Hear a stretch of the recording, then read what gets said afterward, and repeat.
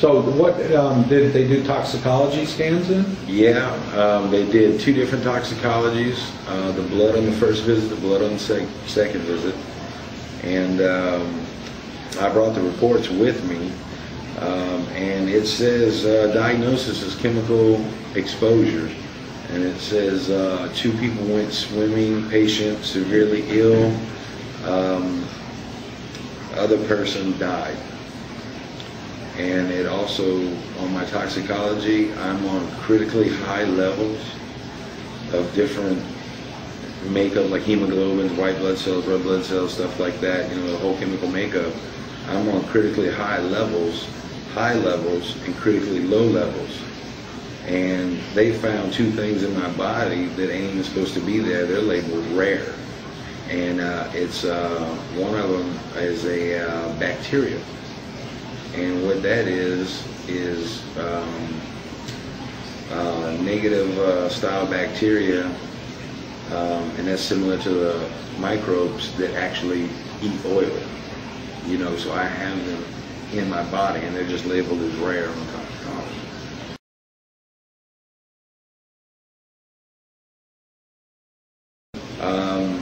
On August 23rd, he drove with his mother, took his son to school. He stopped by his ex-wife's house to say hi. You know, they're best of friends, grew up together. He got home, got out of the car, walked into his house, sat down on his bed, started talking to his girlfriend, and they said within a minute he was dead. He just fell over. Did they do an autopsy? They did an autopsy, and that's just a small hospital down there, you know, that we have. You know, it's not very sophisticated. It's not no mega hospital. They said since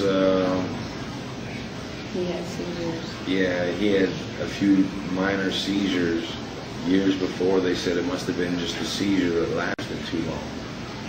And that was their... But he was on the phone talking when he died. He was talking to his girlfriend who was in the room. She was in the room. She was there? Yeah. She was there. He sat down on the bed. And So there was no seizure involved in it? You know, he was just talking to her like that, and then she said he just fell to his side. And he wasn't shaking or anything, and his just color was blue. Did he have any of the symptoms similar to what you had after?